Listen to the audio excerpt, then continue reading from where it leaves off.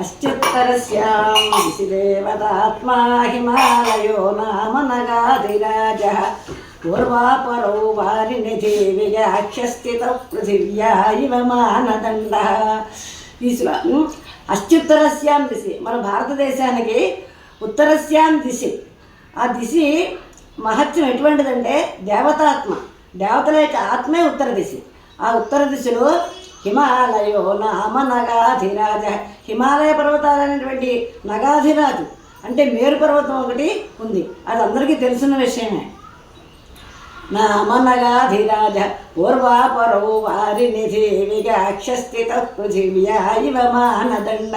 ఈ మేరు పర్వతం హిమాలయాలు అనేటువంటి మేరు పర్వతం ఎలా ఉంది అంటే స్థిత పృథివ్యా మానదండ. పృథివ్యా అంటే ఈ భూమి యొక్క మానదండ కొలతబద్దలాగా ఉంది. అంటే పూర్వాపరం తూర్పుకి పడమరకి మధ్యలో మన భూమిని కొలిచేటువంటి కొలతబద్దలాగా ఉందని కాళిదాస మహాకవి గారు రచించారు.